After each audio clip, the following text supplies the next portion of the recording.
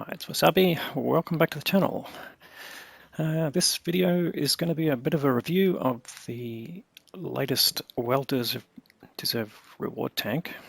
It's Tier 5 Soviet heavy tank, the KV-1SA. Alright, what does that mean? Well, it's based on the KV-1 platform, similar to the KV-1S. The KV-1S is a Tier 6 tank, but this one has got an auto reloader. That's what the A stands for. So what is KV-1S? That's the sports version. Just kidding. But from the turret, you can see that it's not quite the same as KV-1. We'll do a bit of comparison between the KV models, including the KV-220-2.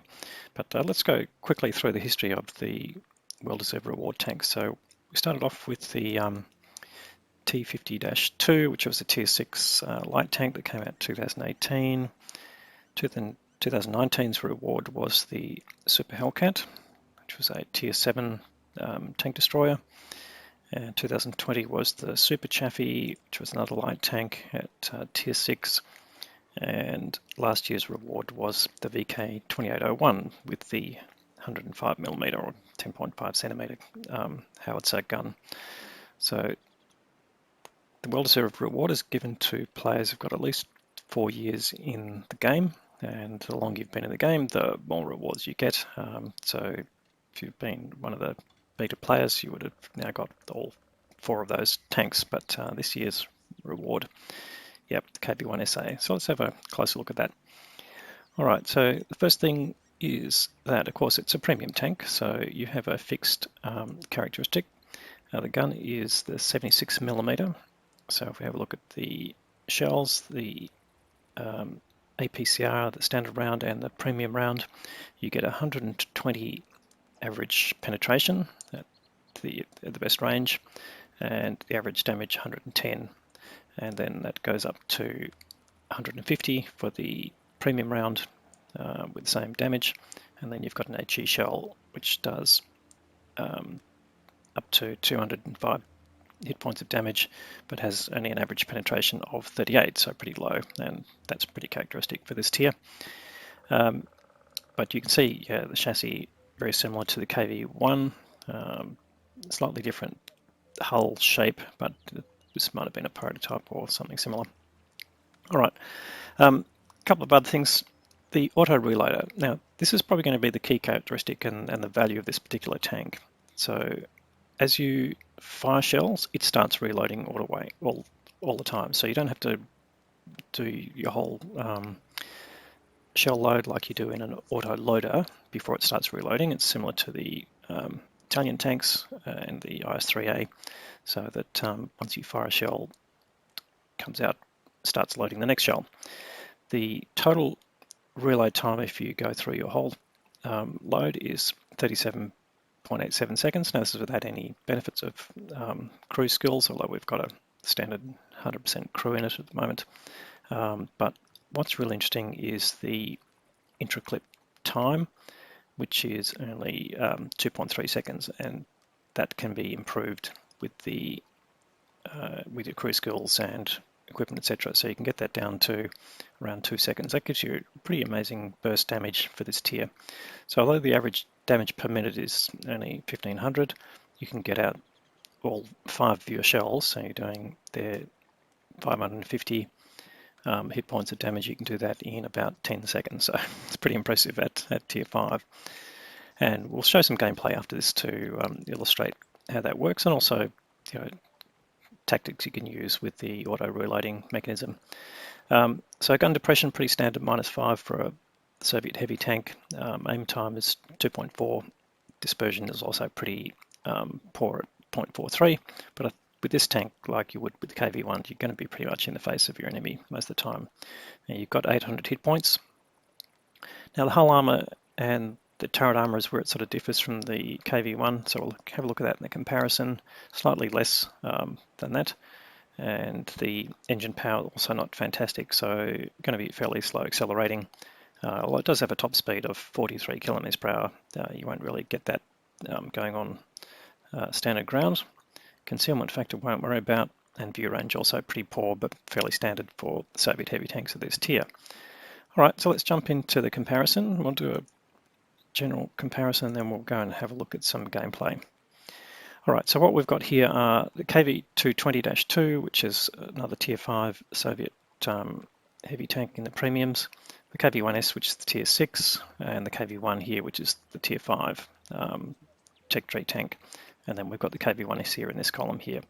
So you can see overall, standard pen. Now the KV-1, I've got to say, this one's configured with the 85mm gun, so the top gun for its Tech Tree version, and I decided to leave that in because the 76mm gun, which is what both the KV-220-2 have and the KV-1SA have, for the KV-1 that is the Tier 5 stock gun that it comes with, so it's not necessarily a great comparison. But it does have good average damage, but if you do only have this gun in the KV-1, you've got a fairly similar average damage, so 110, not too bad. Average pen of 120, you can see that's pretty good. So compared to the KV-220-2, which is, you've got no choice, it's the same 76mm gun, or similar 76mm gun, I should say. The KV-1S with its stock gun 86, so 120, pretty good at Tier 5. Rate of fire, well, I won't give you this because it's an auto reloader, and it's the only one, of course, in its tier. And there we've got the gun stats. So most of them are taking minimum 3.7 on the KV-220-2, and this one's doing 2.3. The other ones are over 4 seconds, which again, not bad for the caliber for those guns. Gun traverse speed, all pretty much similar. Gun depression, it's the worst of them all, although it's the same as the KV-1S. Not as good as the KV-1 or the 220-2. Aim time also fairly similar, and again you can bring that down. That's KV-220-2, by the way, has got crew in it, multi-skill crew and equipment, so it does bring down that total.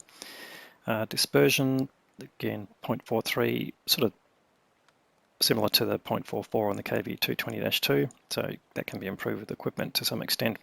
And DPM all about the same, apart from the KV-1 with that top gun on it and the higher average damage per shell. Hit point wise, it's the lowest of the group. I don't think you'll find that too much of a hindrance.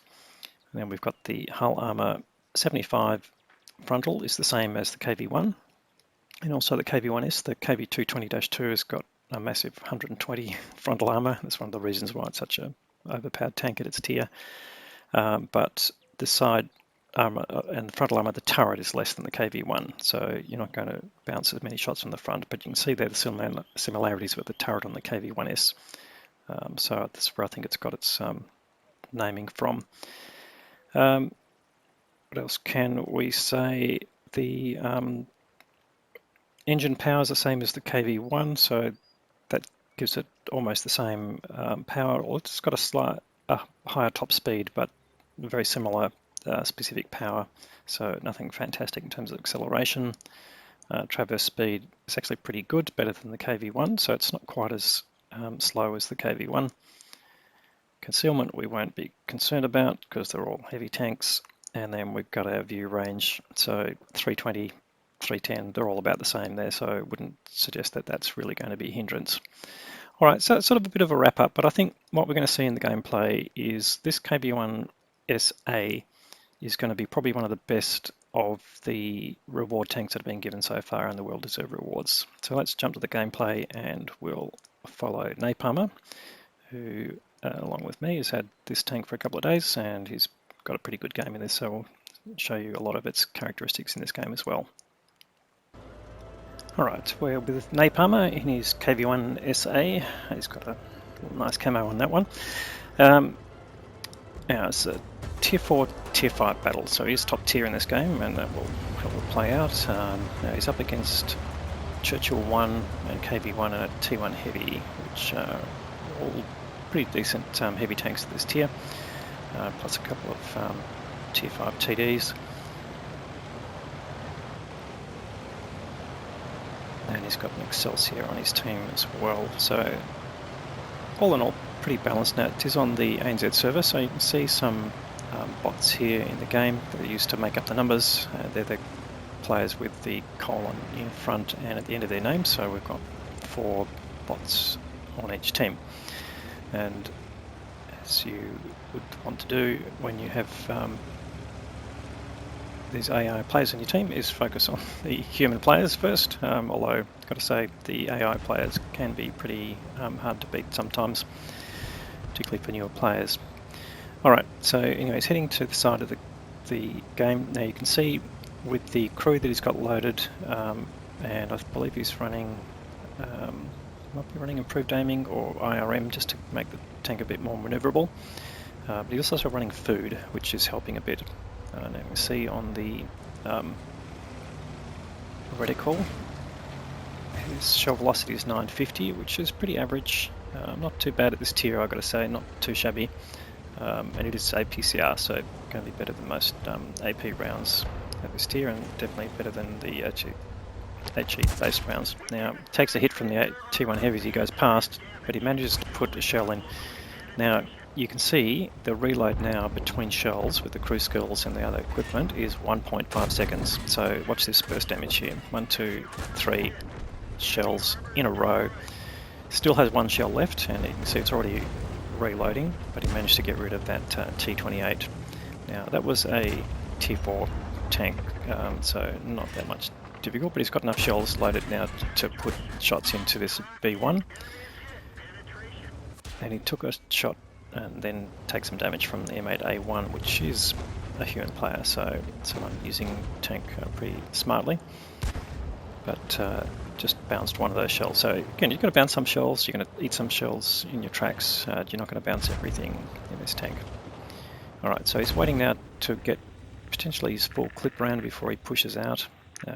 He's not going to just dive straight into this group of tanks here. They've got a bit too much firepower. The Churchill one in particular, it's got a fairly rapid fire gun, but now he's coming up to look for targets. So there's that B1 again. That is one of the bot players, but he's focusing now on the M8, and basically whichever target he can put into gets rid of his whole clip. Does take a fire, but assume he's got crew on his tank that have got firefighting skills. And there we go. So you can see the speed that it's actually putting shells back in has been pretty handy. He got rid of his whole clip there to get rid of the B1, and the Churchill one came around the corner and he already had a shell loaded. So the first shell loading relatively quickly, and that's just saving grace. So you can sort of fire this as a one shell type tank and just keep firing one shell at a time, or you can wait to get a few shells up your sleeve and go for that burst damage. And here he's got 3 or 4 shells, and he needed one to get that Churchill out of the way, or he didn't get the kill. Now he can just go ahead and load some more shells. And he's not repairing his radio operator just yet. It's not really pertinent to the performance of the tank, I guess, and so not really worth wasting his med kit on. Although one thing to remember, if it's not something you do remember, any crew that is wounded at the time the battle finishes won't get any experience added to them. So it's just something to do just to make sure at the end of the game, if you've got any wounded crew, that you do deploy your medkits. Alright, now he's running the standard type of medkit as well, so you have to choose it per crew member. And he has repaired. He's still on cooldown. That's one of the reasons why he's not using it, so it's not a repair all crew at once like the premium one. Alright, so he's already got 1700 hit points of damage. Just bounced a small amount, not really a whole lot. Got a small amount of assisted to be expected, but only 367 hit points left. He doesn't want to walk in front of that Panzer IV-H, potentially take an HE shot. He's potentially still wants to get rid of that M8A1, I think. He's going to spin a bit of crossfire potentially, although he does have this mound between the two, so he can pull round. There we go, there's the T1 heavy. He managed to bounce the incoming round there. So probably just not good aiming from the T1 heavy, although you won't have seen this tank before. It's very similar to the KV-1, so he should be using his knowledge of the KV-1 armor layout. And here he can come here and, oh okay, he'll get a kill on the T1, which he does. And he had a small amount of hit points left. Where are all the other targets? They seem to have bugged out. So this game's actually pretty tight. They're 9 kills all. There's that M8A1 that he wants to get rid of, plus a bot player, and he can take the damage on that first and still come around and kill the M8A1, which he does. So really 2 kills really quickly there, great shooting. That's 2k of damage now in a tier 5 game, and he has 5 kills already. So got some more targets up in front, including a KV-1, so this will be interesting. Full health KV-1. He's starting to take some damage from a DW2. That's sort of embarrassing, but that's what it is. Alright, but now he's got side shots on the KV-1. So 1, 2, 3, 4, and he gets the kill. Well, he doesn't get the kill, but ensures that the KV-1 is taken out of the game. So that's an example of the burst damage that you can get. Now T28 F30, that's a premium tier 4, favoured by a lot of top players when it came out because of the gun on it, and to do a bit of seal clubbing in, but I don't think it's necessarily got that reputation anymore, but it was a pretty powerful tank at its time. Anyway, the M10 takes it out of the game, and there's only one tank left, which is a Stug 3G. Oh, there he is up on the slope, and Napalmer can get some shots into him. Pink Fluffy Kitten. 1, 2, 3, 4, and gets the kill. So that is 6 kills to Napalm. It gets on Top Gun and 2.6k of damage. Let's go and have a look at the detail of the results and the economics. Alright, that was a great game there from Napalmer. Let's have a quick look at his performance. So 6 kills, gave him the Top Gun, and he's got the high caliber reward for the most damage, doing 2.6, nearly 2.7k of damage. Very small amount of assisted damage there. We're at the Ace Tanker Mastery badge, and we'll see what level that came to. So just won't focus on the team, but you can see 1633 of base experience. That's only going to be enough to get you an Ace Tanker, but really importantly, let's go and have a look at the cost of running the tank. So again, premium tank, so repair costs very low. He did use standard ammunition pretty much the whole way, so very low amounts there. Did have his food running, that's the 20k there. The rest of his consumables were standard, but he still made a profit of 45k, so that's not bad for tier 5. Now obviously doing a lot of damage, but certainly on the ANZ server you can get to those sort of damage totals, and you can see quite a few players using the KV-1 for that. Not necessarily exclusively, but it's definitely one of the high damage outputs, and the Churchill 3 I think is another example being used at that tier to get good damage totals. So alright, so hopefully that gave you a view of the playability of the KV-1SA. I think you will enjoy it if you like playing in those tiers. I think it's going to be one of the more appreciated tanks that's come out in the well-deserved reward. So if you're a player with 4 years or more, you'll get this tank when you log into the game after November the 30th. Which is when this video comes out, and hopefully you enjoy it. So that's it for the KV-1SA.